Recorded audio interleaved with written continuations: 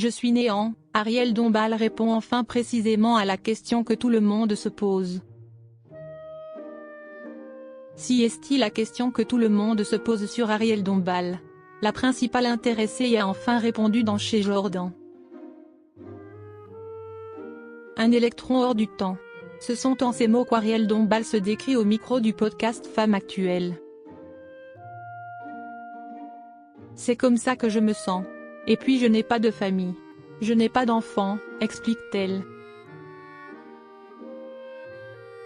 Je pense que quand on a des enfants, fatalement on s'assagit.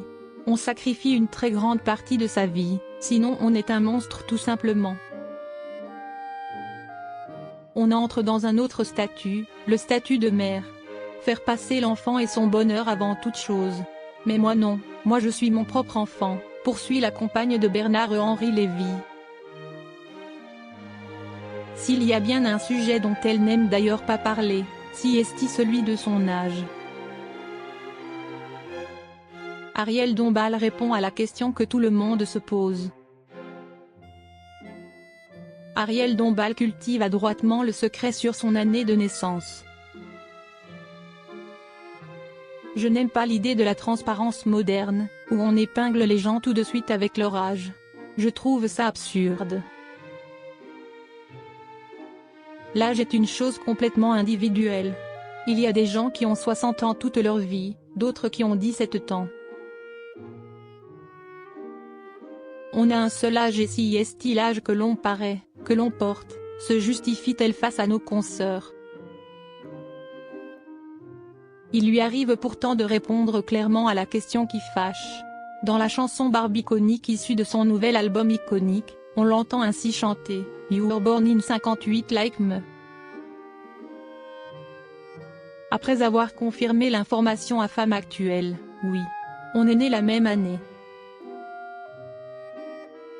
Ça pourrait être ma jumelle, l'artiste lyrique l'a répété dans l'émission La Piscine de Jordan de Luxe ce 5 juillet sur C8. Je suis née en 1958.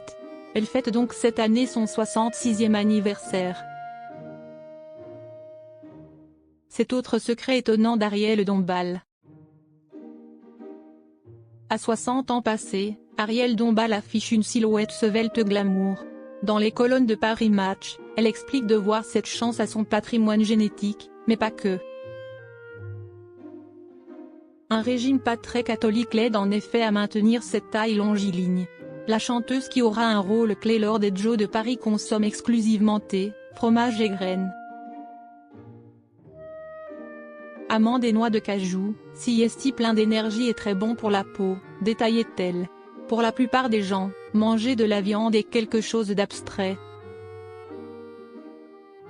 Or, élever un animal, le tuer, le vider, le sacrifier pour le manger, ça n'a aucune raison d'être, c'est absolument barbare.